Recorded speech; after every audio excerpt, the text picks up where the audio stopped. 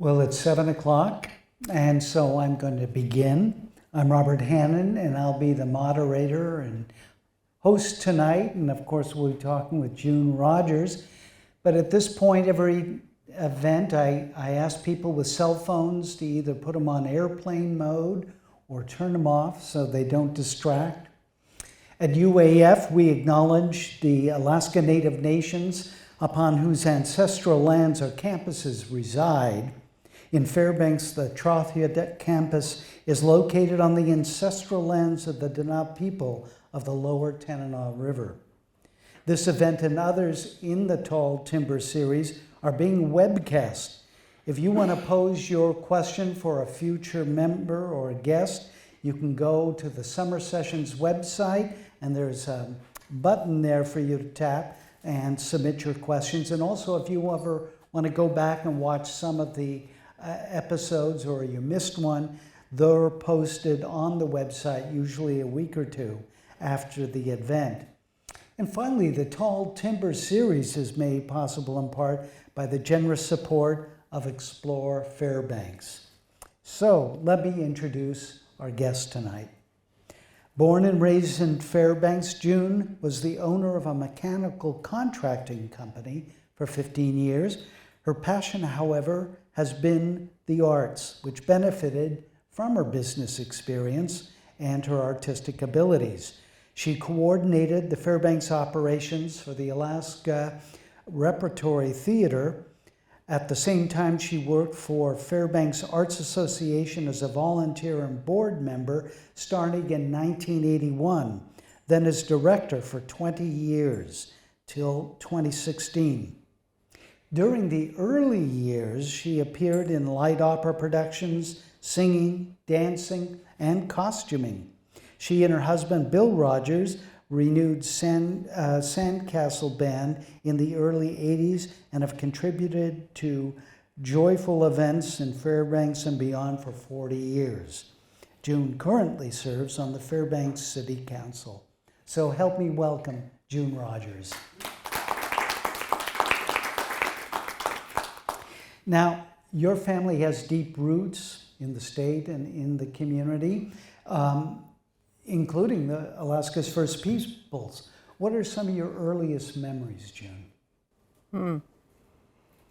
Well, my earliest memories... Oh, I'm so sorry.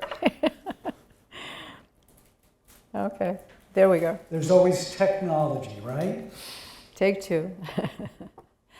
My earliest memories of persons in my family go up to the Seward Peninsula, where my mother was born in Haycock. And my grandmother and grandfather were both involved very much in community activities there. My grandfather was a miner, and he was also the district commissioner. And so in that role, he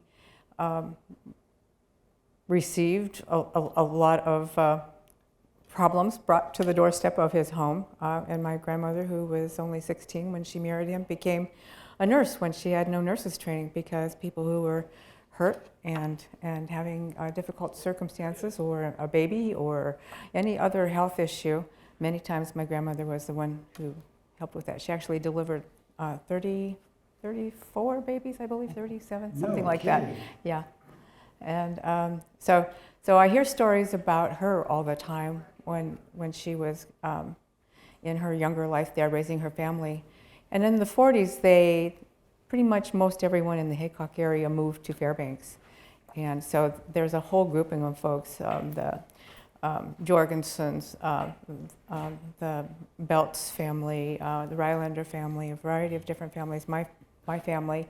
And they all are like one family. They're not necessarily related, except now all of, I think, they have cousins all over the state. I have cousins from the city of Wales all the way down to Cake. So,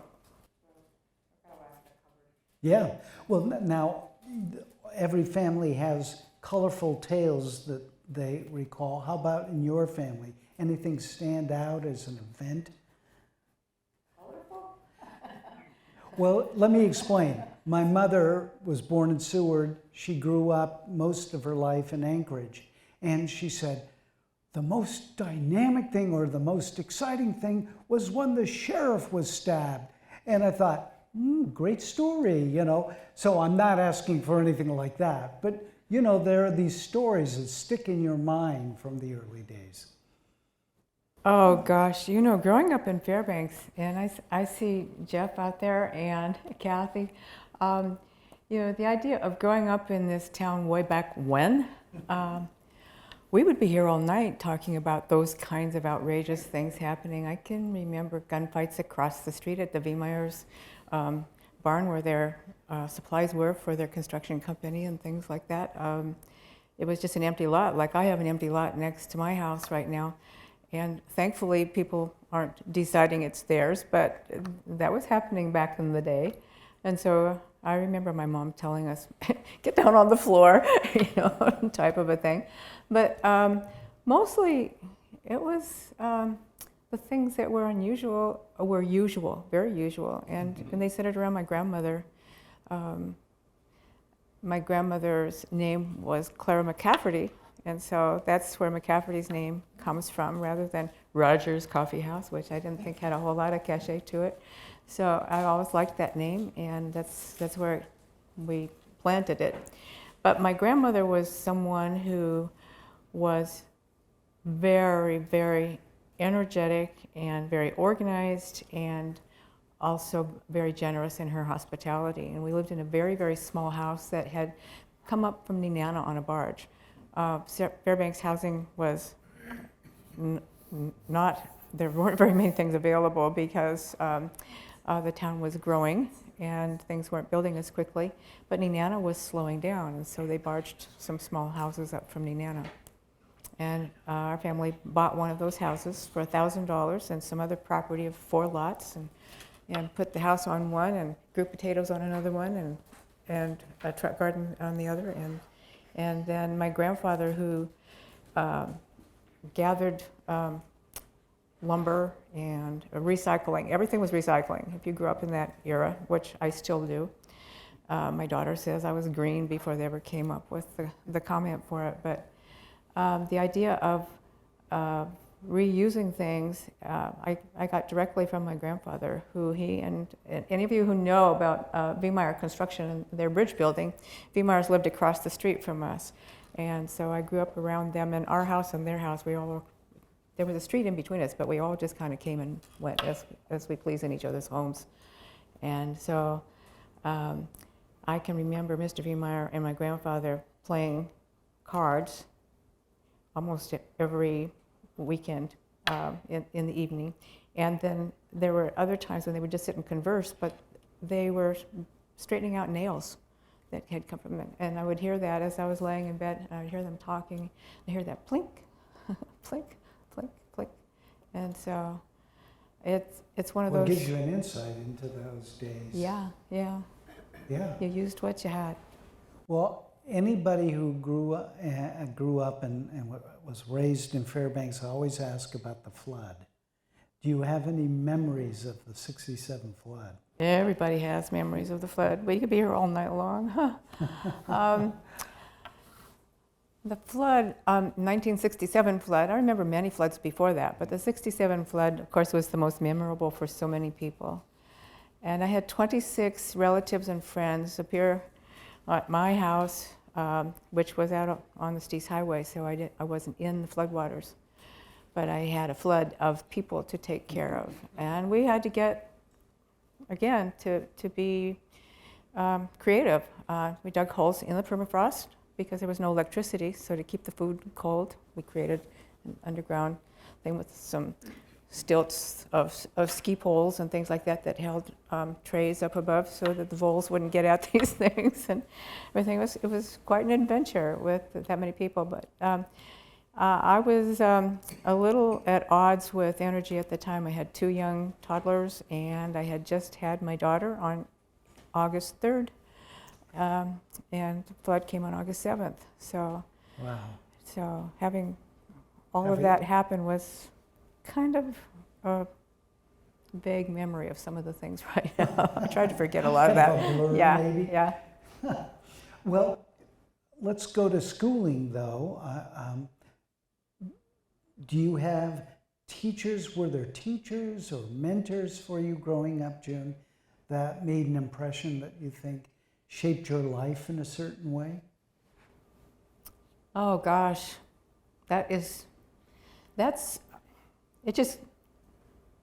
you could not go to the early day Fairbanks schools without having someone imprint themselves totally on you. We had such incredible people who were our teachers, and they were there for many years, and everyone from Ann Ween right at the beginning of kindergarten all the way through high school. And I remember Mrs. Grass, who was the choir director at Main School. You remember, yeah. And she lived right behind our house, and she was an excellent choir director. And all of us who wanted to go to high school and be involved in choir, we were very fortunate that we had Mrs. Grass helping us to prepare ourselves for the rigors that Mrs. Grill would be demanding of us when we got to high school. And I'm looking around the room here, and I see Kathy Butler, and Kathy, myself, and Larry Crowder.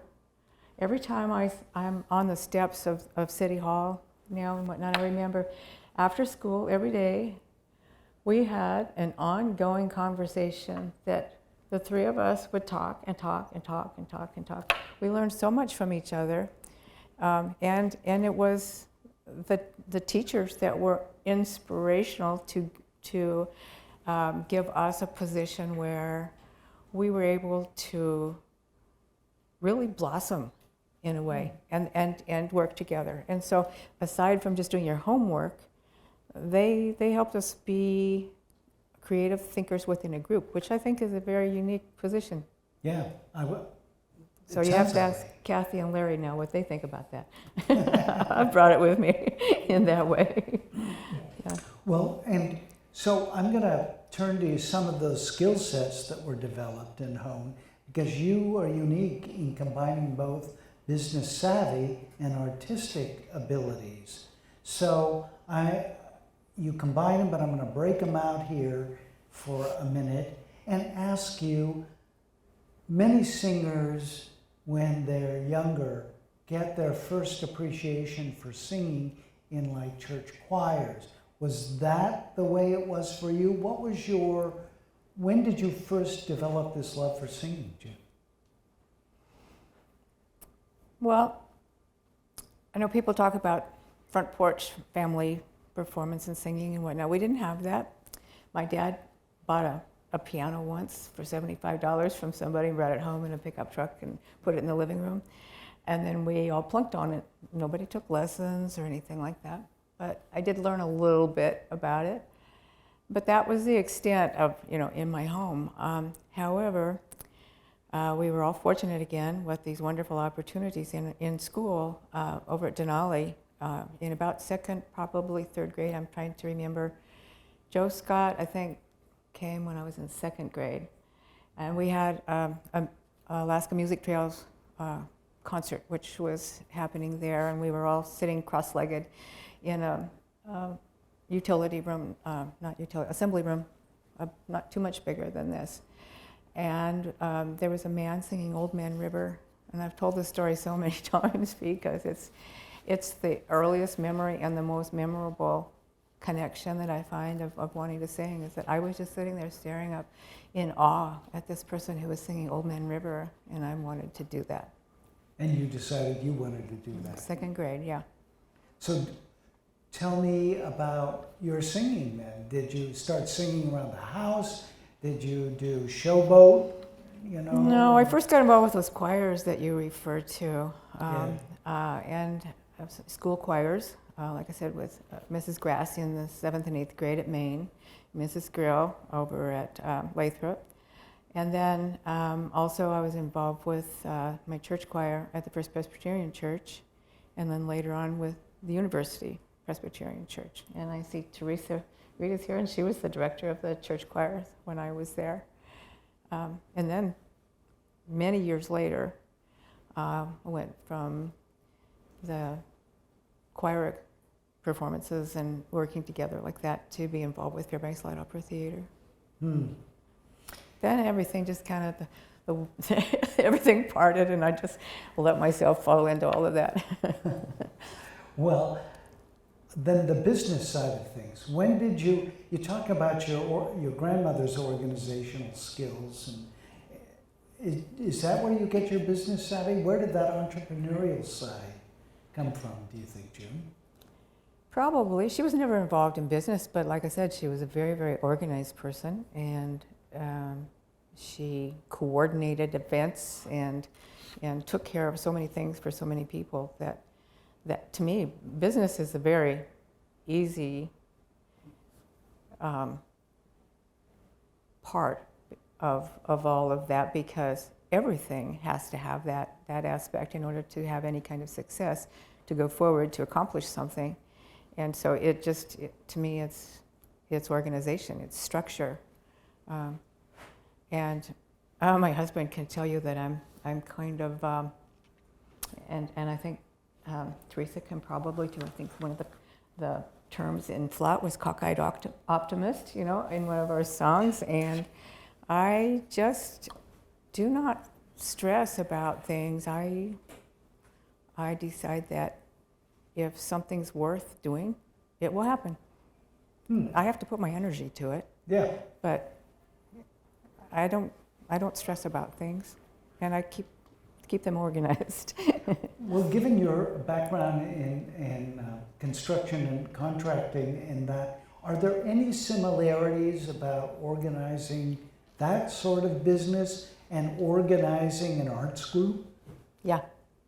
First of all, the very first groups were Alaska Repertory Theatre and Fairbanks Light Opera Theatre, Fairbanks Drama Association, those groups, working with all those little ticket stubs and all of the data that goes along with that. It's not too far different than having a set of drawings on the kitchen table that has all these copper fittings and things that need to go into the piping in order to make sure that the sprinkler system is going to function. Same thing. Well, let's talk pieces. about the Alaska Repertory Theatre, because even though you managed the box office, I'm guessing there was a lot more to it than those little tickets. Mm-hmm. Tell me about that. Well, it was, to me, I never thought of it as being something exceptional to balance your work. I thought it was necessary to always balance your work. If you wanted to talk to a banker about something, you better make sure that everything is working hunky-dory there, so that they have faith in you for your next project. And when I was first working with the rep, and one of the persons from the Anchorage office came, and as usual, I didn't have really fancy equipment. I had a cardboard box that I put all these files in and things. And when I balanced everything and answered all of the questions that were there, I would put a little red pencil star on the label of the file folder. And he was asking me various things about things, and said, well, what's this red star for? And I said, well, something balances. I do that so I don't have to think about that file too much anymore. It's done. And he said, but they all have red stars. And I said, yeah, isn't that what you're asking me to do, is to balance all of this? And so anyway, I didn't think of it as unusual, but I found it was supposedly thought that way by a lot of people who were wondering how, or as one person told me, I won't say the person's name, but they wanted to know why I cared about those things, why something should actually balance and work together. Because if I put my name to it, I wanted it to be representative of good work. And there's some bankers way back in the day who will probably, if they were asked about it, say that that's one of the things that they look at with a whole lot of projects that come to them, is whether or not that person not only does those things, but cares to make sure that they're there and they're represented. So that was a professional standard that I decided to live up to. Well, as a performer as well as a manager, I always think of construction workers and those being pretty kind of stoic and not showing a lot of emotions. And as you know, in theater, there are a lot of Primadonnas and excitable types that as you draw closer to opening night, things get a little excited. Mm-hmm. And does that correspond to your experience? And how is that working with that group of people compared to people who are just kind of, yep, I got it done, well, we gotta... Interesting choice of words there that you're using.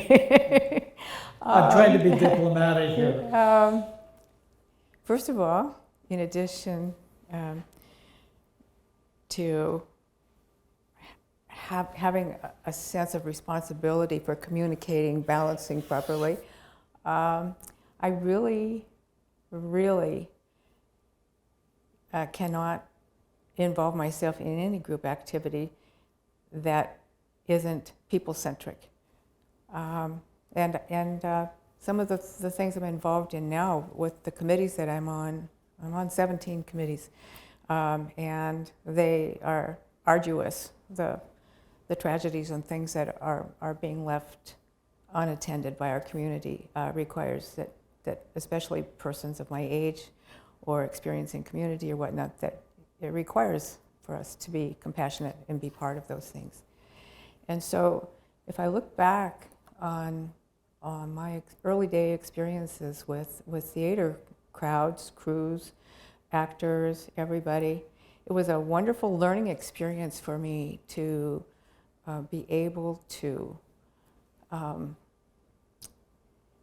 create very, very close relationships with people who had a definite sense about their own value and the values of their families and their friends and their community, and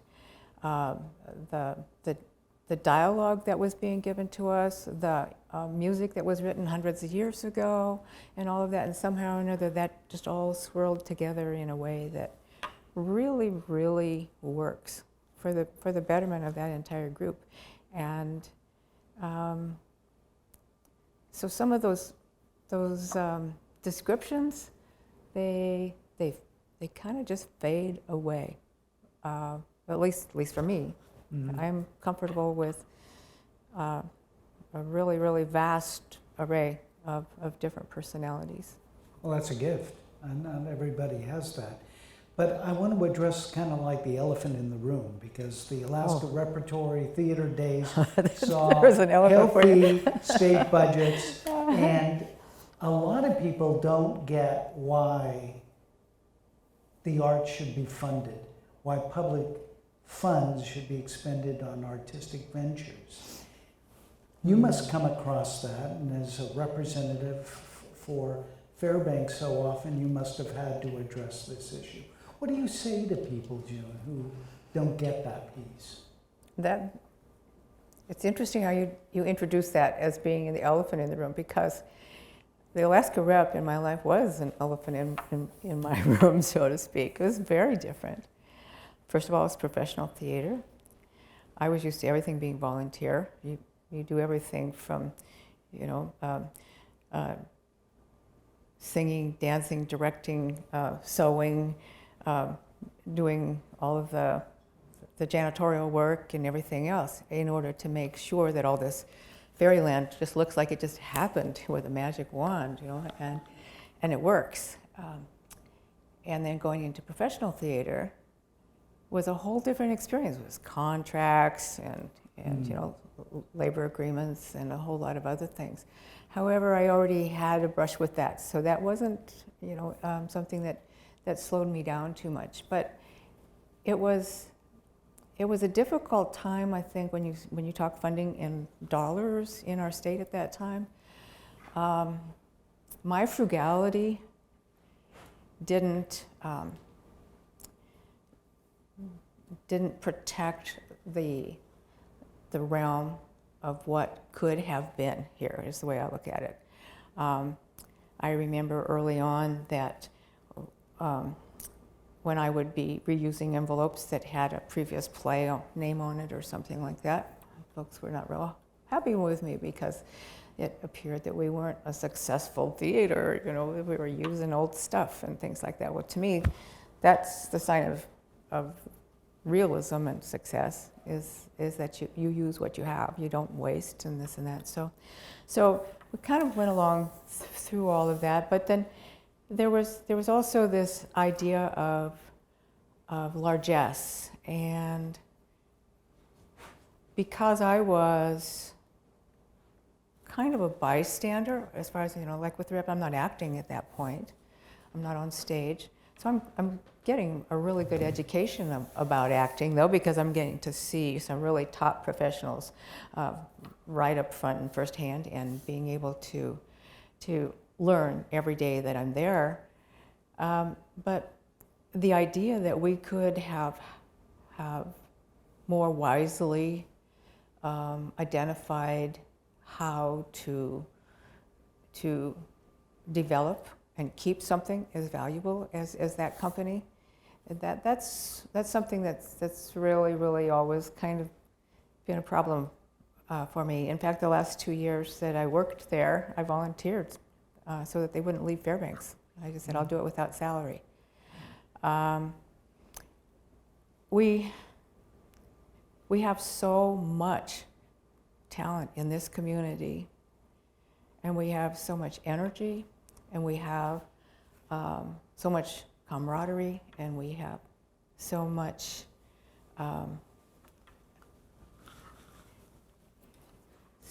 it's an enthusiasm that all of us here in this community travel. We travel a lot, but it's an enthusiasm that you don't easily find in other communities.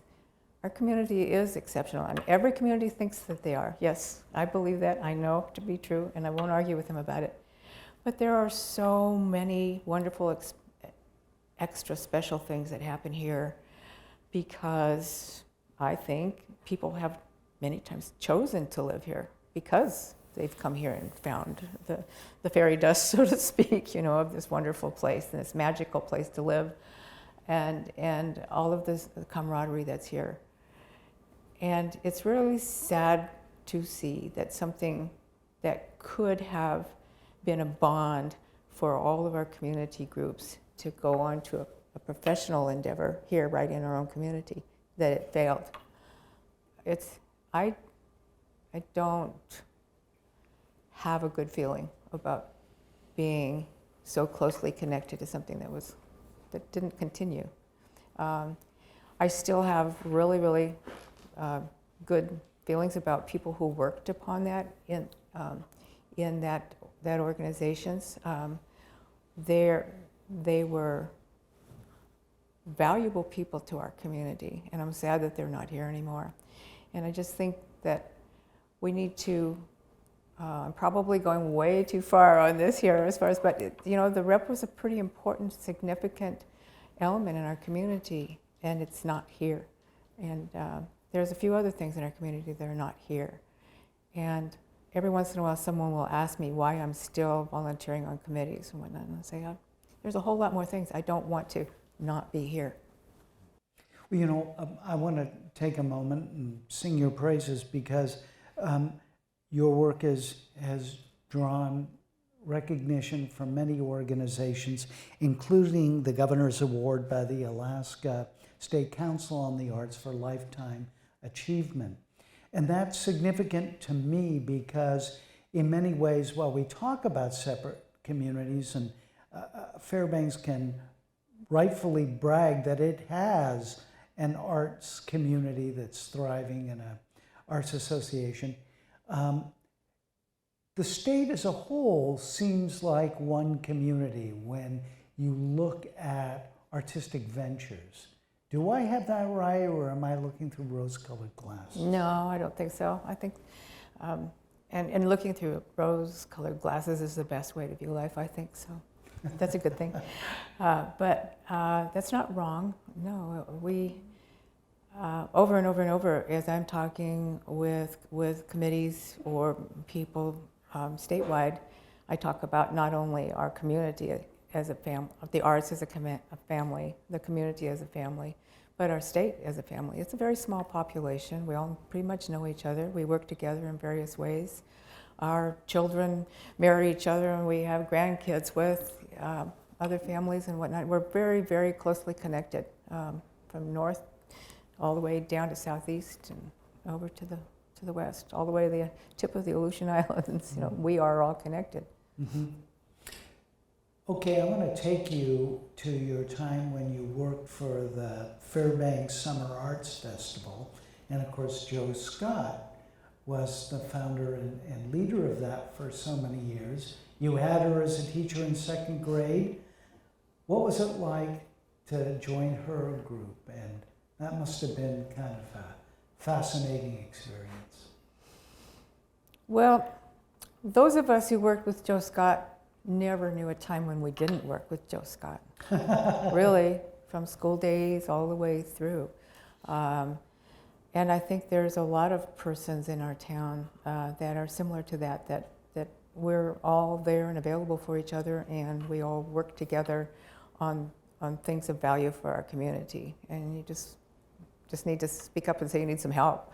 And Joe was very, very good about saying, I need help. Yes. And you know, Diane Kaplan with Rasmussen Foundation, she's the first one to tell people when they want to have some sort of a seminar about how to raise money for something. And she always says, you need to ask.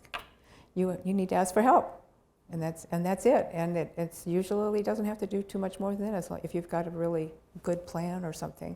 But you need to ask. And Joe taught us all how to do that. She was the very best workaround person. She gave I think my grandmother and Joe Scott in a similar context, where they'd come up against a problem in how they were doing something, but they'd figure out the workaround. They didn't let anything stop them. So. Well, first off, I need a nap every time I just watch her work, because she is so dynamic. And like you said, she's great about getting people to contribute, and I don't know many people who can say no to Joe Scott. So that must have been an experience too, doing that. Well, let's get you then to the Fairbanks Arts Association, because you eventually led that for decades.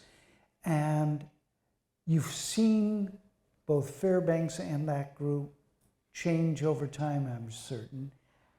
Give me a picture of what it was when you first joined that and worked there, and how it changed over your time. Mostly, I guess, when I think back to those early days of volunteering at the Arts Association, it was me being very aware of that there were certain needs, and that it doesn't do any good to bring up comments about needs unless you help fix those things. And so that just led to me volunteering in order to, the very first time I went to a meeting at the Arts Association with the director at the time, Bob Vaughn, and said that I wanted to bring arts programs from Alaska Repertory Theatre through to the schools, and I had some ideas about how to do it, and it was like, that just didn't sound like it had enough study yet, or all this sort of stuff. And I said, okay. So I can see the handwriting on the wall here. It looks like I need to do more than ask to partner on this. I'm going to need to ask if it's okay for me to create the program and bring it to you. So we did that.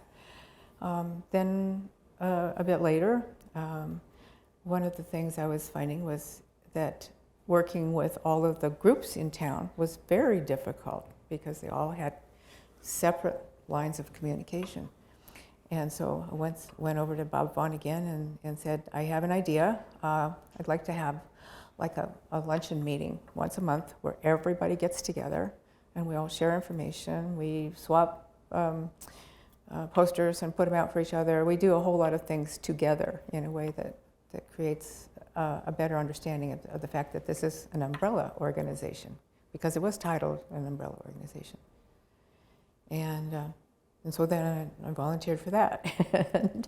and I just kept volunteering. And then, of course, when you volunteer for any organization often enough, you're going to be asked to serve on the board, which I did for several years, probably the better part of 10 years. I did volunteer work with them in that way.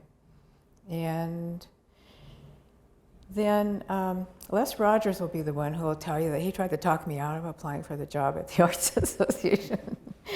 And I just said, it just felt like it was at that point where it needed to have, I thought, a different direction.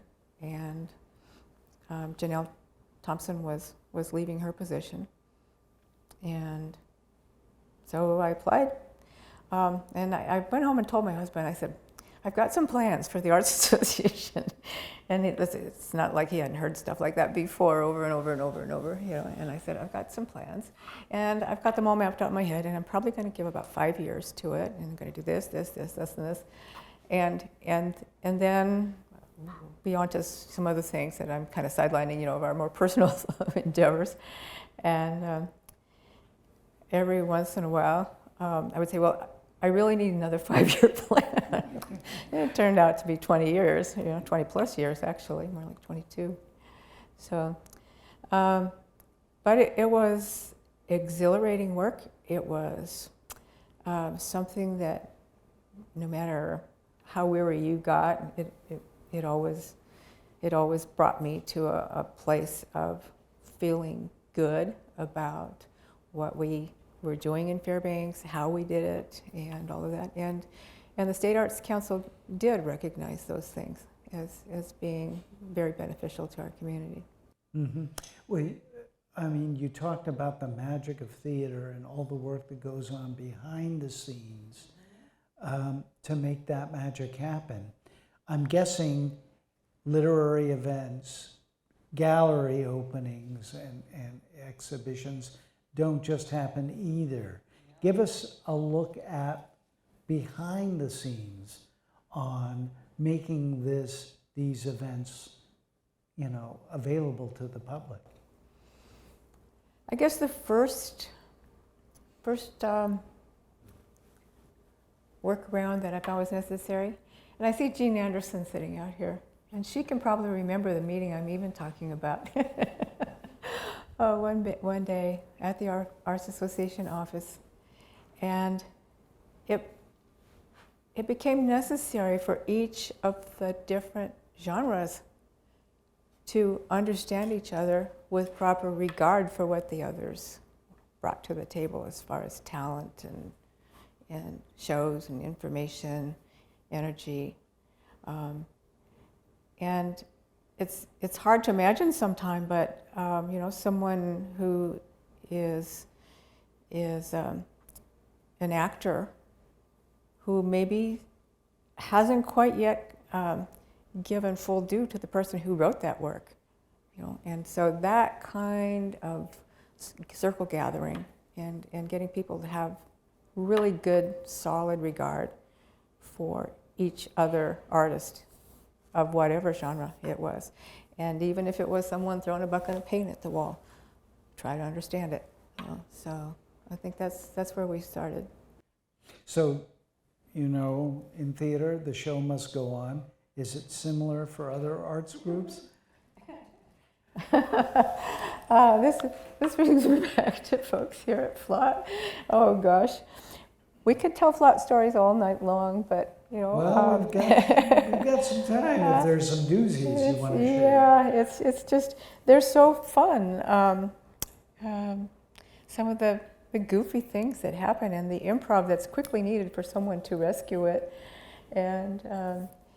I know one time there was a village scene on stage, and being frugal at FLOT too, we didn't go out and buy fresh sausages every day, and so this links of sausages got kind of dry, and this person was swinging them around and doing whatever, and all of a sudden this sausage went out and landed right in the tuba of the, things like that. They're just fun things, and you could write a book about it. There were so many stories. Actually, what was it? The letters to the editor that Fairbanks Drama did was a good little bit of fun things that happen in Fairbanks. That's right. That was a wonderful thing. Well, let me turn then to you and Bill and Sandcastle, because even as you're organizing and running groups, you have your artistic bent and you want to exercise it. And I think it's been a long run for Sandcastle. How have things changed both behind the scenes technically to do what you do, and then musically? Are you constantly updating play sets? How does that work for you guys? Well, that's a really big, expansive question here, and it brings to mind a whole lot of things.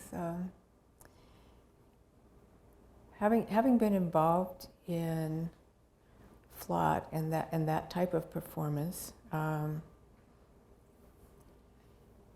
it was very apparent to me very early on that my alto voice was not going to be able to perform some of the roles that were there for certain plays and leads, and myself and Gail Gaskell were involved with a lot of the dancing and chorus work and whatnot, and we were doing a lot of costume changing in order to have presence on the stage. You know, we became several characters, and I remember during one of our breaks we were talking about something, and I said, well, you know what we need to do? We need to be singing Rita Coolidge music or something like that. That's more in tune with what our vocal cords are geared for, you know. And so that just kind of grew. And so I started creating a band.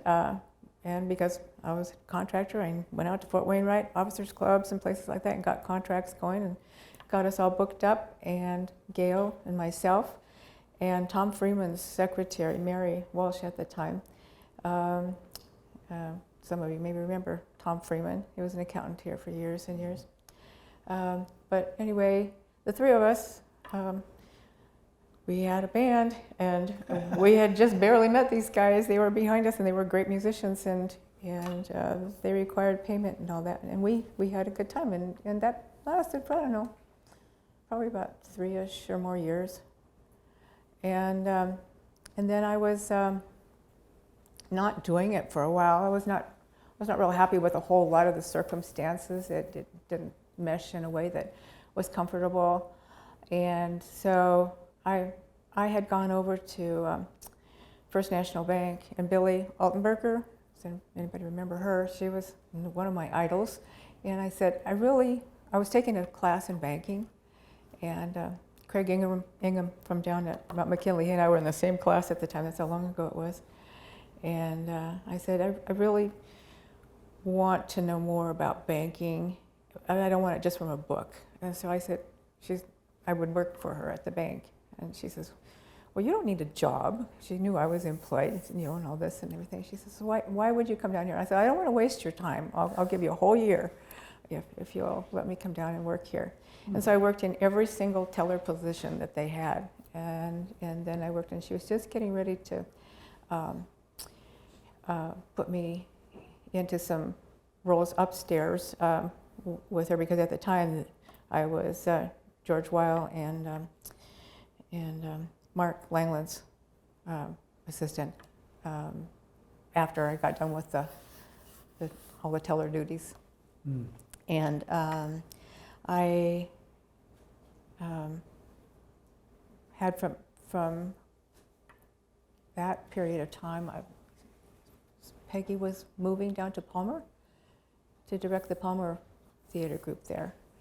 And so then I was applying for her position. So I had to go in, hat in hand, and tell Billy that I couldn't do the full year, that there was something I really, really wanted to do, was to apply for this position that Peggy had left open. And so she wished me well, gave me a hug, and I started off in that direction. But with the band, earlier when I was doing the teller things, Bill was actually the supervisor, manager over at Gavora Mall. First National Bank had all sorts of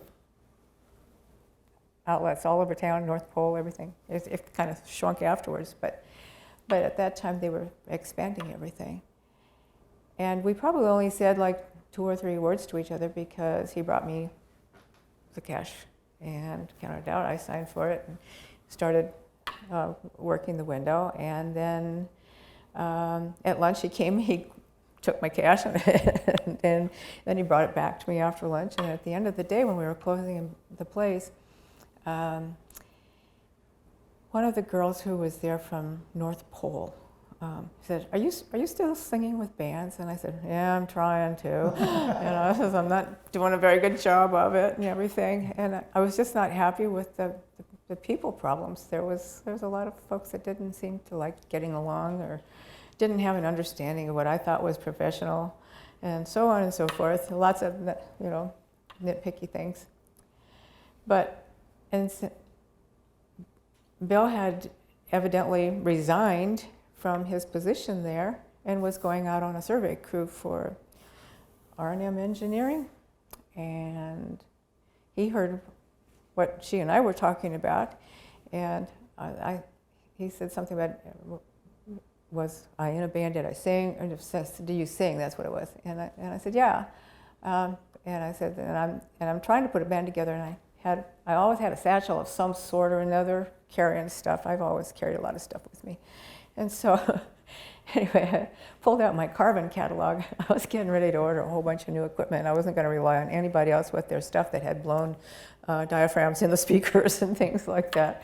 And so anyway, he looked it over, and then he said something about that he was actually trying to start a band too, because the band he was with, he was not real happy with at the time. And he was going to go out on this survey crew, and he'd be back in about a couple of weeks, and he would call me if I wanted to chat with him about it. So we did, and we worked together, I don't know, a year or so. And then we got looking at each other a little bit differently one day, I think, and decided that we were soulmates and not just friends. And we've been married now for 40 years, and we have a wonderful passel of grandkids that are always with us. And so life is good. Yeah. Well, in a group like that, so 2 things come to mind. Technology has advanced so much. I do now on my computer what I had to go into a studio years ago to do for, let's say, a broadcast. I can do all on a laptop. Has something similar happened for performing arts? And did it affect Sandcastle at all? And then the playlist that you sing, and is it always learning a new song? Actually, the technical part of it is Bill. I think I told you at one time in conversation that I still carry about a paper schedule book with a pencil in it. Old school. Yeah. And I fall back on the idea that if I write it down, I remember it more, which I do. But I am always amazed at what people can do with their computers, and Bill is one of those persons who understands it inside and out. He has the respect and regard that I hold for people. He has that for people too, but he also has respect and regard for those things that exacerbate me, So I think the only time we really had a good effective discussion about computers this is way back, and it was when I was first doing computer work. We had a Wang over at the Arts Association. Do you remember that, everybody? Well, those were the days. Yeah. Bob Vaughn bought that, and Lloyd Yunker bought that, and so anyway, I was asking Bill okay, how often should I save? And his comment to me has been my guiding ever since, and that is, how much work do you want to do twice? And so I became a very, very, compelling saver of my work. And now I know it's all automatic and whatnot, but I still keep little side copies and all that sort of stuff, I'm sure. But yeah, he was the first person in Fairbanks to actually create his own drum, what's the right word here? Effect. Yeah. And all the drummers that we hired over the years weren't real happy with that, but it actually was a good thing because we were doing a lot of hauling stuff around, and those types of bookings, it's a tremendous amount of work, and the equipment could go in smaller locations and a variety of different things, and then the other thing is it wasn't speeding up and slowing down left and right either, so there's that to contend with. And there's a few drummers here in town that I joke with about that speeding up and slowing down. I won't mention their names, but we're all still buddies. But it's difficult to do live performance and do it as impromptu. We're the only ones that I know of. I've talked to a lot of musicians over the years who do the kind of work that we do. And they all operate off of set lists, and we don't. You're ahead of them. That's what some of them think too. Play Misty for me. You expect me to be ready to do what? If we have an overall song list that's up in the hundreds, and then a certain style that could be up also, so that if you want to do requests. But the idea that you just get up there and you just plow through these 10 songs and then you sit down, to me is really not connecting with people. And that's what I think all art is a connection with people. And many times I think there's been a denigration also of persons who are doing covers and are doing it in a commercial location, that it's not art. But I think you can approach everything in a more individual way of communicating with people. And so I pay attention to what's happening in the room, and I always jokingly use this phrase, I find out whether there's cowboy boots in the room or not. If there is, that's going to affect my song choice, It's just a fact. And other things like that. And then I also create some sort of a momentum, a build, that sort of thing, depending on if people were dancing or not, people are listening or not. And so now we just have Bill and our bass player, but they have to be able to, when I call out the song, they need to jump in on it. You have to pick it up. So you still enjoy doing you have a it? lot more reason to admire them than just the fact that they play those instruments. Yeah, that's right. Yeah. They have a good memory like you. Well, do you still enjoy performing, June? I love it. Yeah. Pandemic was really, really, really hard because, again, I think that as a community, we are people. And this is a way that I can share with people and be with people in very special ways over the years, and to be able to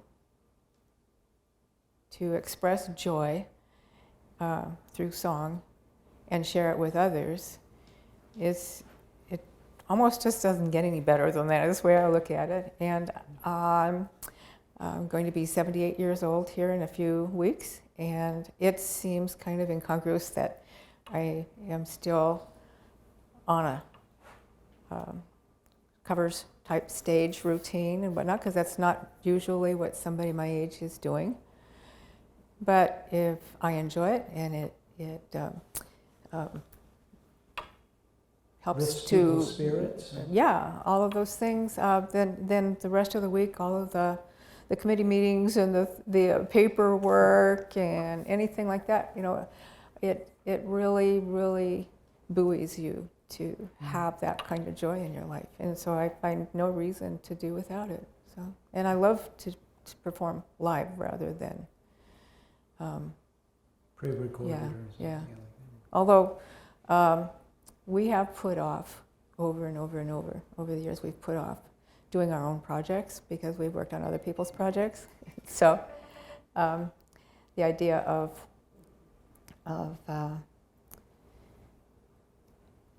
having a CD over and over and over, which is now antiquated. People don't do CDs. That's but, right. Yeah, but it's kind of funny that, we just decided, okay, so what if it's so late into the game? We're still going to do it. So we're going to do a CD release here, probably by Christmas. Oh, how exciting. Well, congratulations on that. Well, let's turn quickly to McCafferty's and why you decided to open a coffee house. Well, because we had been hauling equipment around the state of Alaska, all the way from Nome to Juneau, and needed a place of our own. And the idea of having a larger space, actually, we looked at Fairbanks Drama's building and as a possible place, because we were thinking most of our bookings were for really big events with hundreds of people and weddings that were even up into that. So we wanted a place where there could be, a dance arena and all of that, and almost gave on some. Actually, the Elks building, we looked at that too. We looked at several larger buildings to do that with, and Carl Carlson's building, his old piano store. And then about that time, we had been performing at Clinker Daggers, just Bill and I, Jubilation, we called ourselves. And that was where I discovered that joy of being part of, an audience right up front, personal, because when you're on stage with a larger room and lots of lights and you're up higher and you don't have good eye contact and all that, it's a whole different atmosphere. But when you're in Clinker Daggers and you're sitting there right there talking with people and whatnot, I just really, really enjoyed that. And so when they opened up the paper and saw that the Old Fashioned Center was for sale, and I went, oh, it's a Clinker Daggers. And so we called, went down there, looked at it, and made the offer that afternoon. Wow. Wow. Well, now you talked about COVID, and as a performer, it must have impacted you as a restaurateur. Oh, yeah. Talk a little bit Well, about the that. state closed us down for a while. Yeah. And then gradually we opened back up, but we had to open up with such restrictions of so few people being able to be in there that was almost like being closed. Mm-hmm. And then we also had people who were leaving the state, and so it was difficult to hire people. All of the above that's happening to all those same kinds of locations. And now it's been 2 years, and mid-June we started doing some rehearsals because we had agreed to do our class reunion, which was the class of 60, 61, 62, and some 63s all together. How fun. And just recently, a couple weeks ago, and it was a wonderful time. And I was really glad for the opportunity to say yes to something we'd been having to say no for so long. Sure. And, yeah. Well, something else you said yes to was public service and running for office. You're on the Fairbanks City Council. What made you go that route? Well, that is one of my other go your own way things. I don't do it the way other people do. And everyone tells me there's only a couple of ways that work. And they don't really fit with me. So I don't like to go against my own sensibilities. And I have been doing advocacy in the state of Alaska since the mid-'70s. for a long time with legislators. So that part of being involved with community decision making and helping decision makers know who their constituents are and what their thoughts are, that part of it through advocacy has been very solidly there.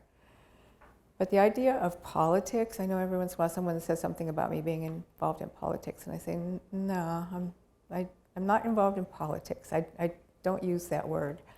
I am still an advocate on behalf of the community. I do it differently as far as how to get there. First of all, I was appointed the first time because I had been appointed to the, Mayor Eberhard had appointed me to the Diversity Council that he formed in 2014. And then I was appointed to Perry Walley's position when he resigned. And that put me in the place of that decision making to a point where I felt almost like being back at the Arts Association in the early days. That there's some things there that really needed the way I think about things. Mm-hmm. And so in order to keep your appointment seat, you need to run. And so I did. So I've run 3 times now. But I have never campaigned. I attend all the forums. I answer all the questions of the newsminer and the interviewees with the TV stations and the forums and this and that. But I do not espouse either side or even the down the middle side, because it's interesting that the down the middle has a very rigid interpretation of what down the middle is also. And I think that it's needs to have persons who are of genuine commitment, who have some real necessary reasons for being involved in decisions beyond their own very personal endeavors. I think that we all need to be moms, so to speak, of everybody. Yeah. And that's not an easy job. I think that there's a lot of people that perhaps it's easy to pass by or to forget about or to not see, or maybe they're not part of an organization or whatever. Maybe they need to find a way to find that organization. But to be a helpmate to those persons in our community is what I think being in those positions is all about. And I find that it's not always that way. I'm trying to be as polite as I can about some of the things that I don't agree with. It strikes me that the tone's gotten so acrimonious and the discussion so polarized. Do you have an idea why that might be?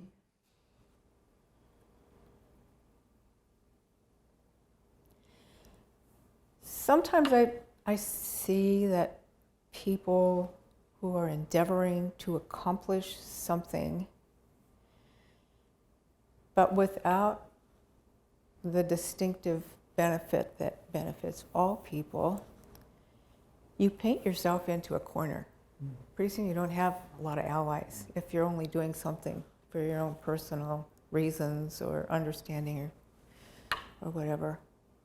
And once you get painted into a corner, it's very difficult to get back out into the center to engage in that conversation with the entire community and on behalf of the entire community. And I think I've stressed over and over and over that I don't find as many listeners as I think are necessary in order to make good community decisions. We can't just all be talking. We have to be listening. And I think that's one of the first obligations in any new project or endeavor, is to be a listener, so that you're learning about what's necessary. And then to listen to your own energies and figure out how you're going to be able to tap into that in order to bring it to that discussion. So. Well, I guess finally, you talked about a CD release coming up. Do you have any other gigs ahead of you? We don't do gigs. That was 22 years ago. Well, No, there you go, I'm dated. Yeah, we've been at McCafferty's since the year 2000. Yeah. Yeah, and we're not. What was it? Somebody said to us one time that you're not the house band. The house is the band's, or something like that. I can't remember how it was, but yeah, it provided us with an option of performing, and in a position and time frame that we could manage well with our family life, our professional lives, and everything else. And it's what we're returning to. Is that that the comfort level of being with a group of audience. It's a very small audience, and I think maybe a lot of people, perhaps, especially so if we're talking with young bands, they're seeking a larger audience. But you have a select audience. Yeah. It's if they've been coming there for 22 years, they come there because they want to hear you. Yeah. And That's good. it's a little bit different type of. People are always asking, well, what kind of music do you do? And I just say, music. You have 100 songs to choose from. Yeah, but it's one of those things that you can easily set yourself into a genre, and I like pretty much all styles of music the same way I like people, and so it's the same. But the idea of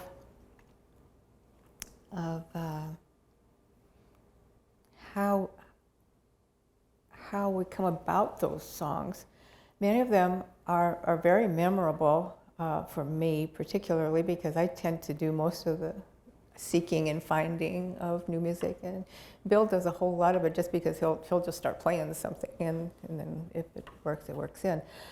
But since I don't play an instrument, I usually am more attracted to the storyline of a song than the music line of a song. Some music lines will really drag me in, but mostly it's the poetry of it. And so I like obscure music many times just because I like that particular piece, and not necessarily that particular artist or anything else. And so there's developed what a lot of people have called sandcastle songs, which aren't necessarily original songs to us, sure. but they're very, very different. You're not going to hear them by somebody else, and we don't.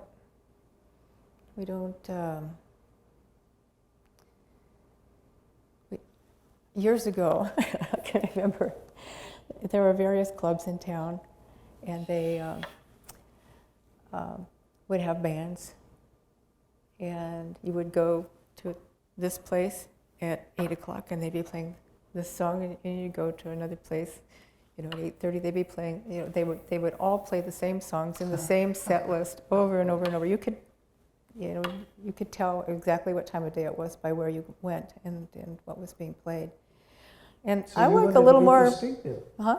You wanted to be more distinctive. I think it needs to be more fun than that. For one thing, that becomes drudgery, and you hear people talking about it. Oh, if I have to play that song one more time. Well, how do you exchange joy with someone if you're being grudgingly doing that?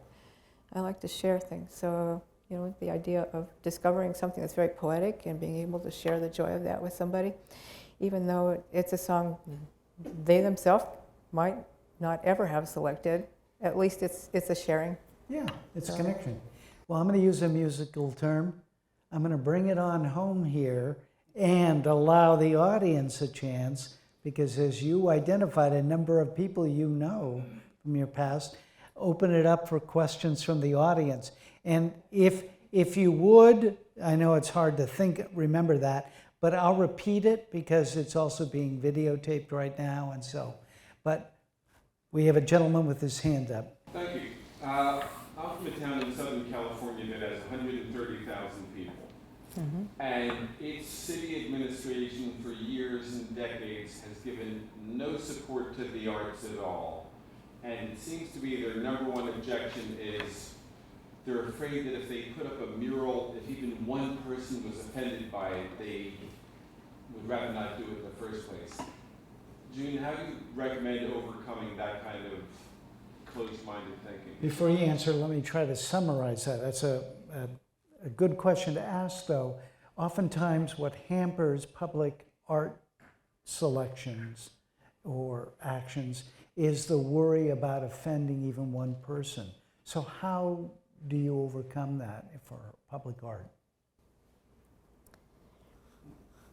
I have had less experience with people being offended by things rather than the experience I've come in contact with is people who didn't allow themselves the opportunity to understand other people's work.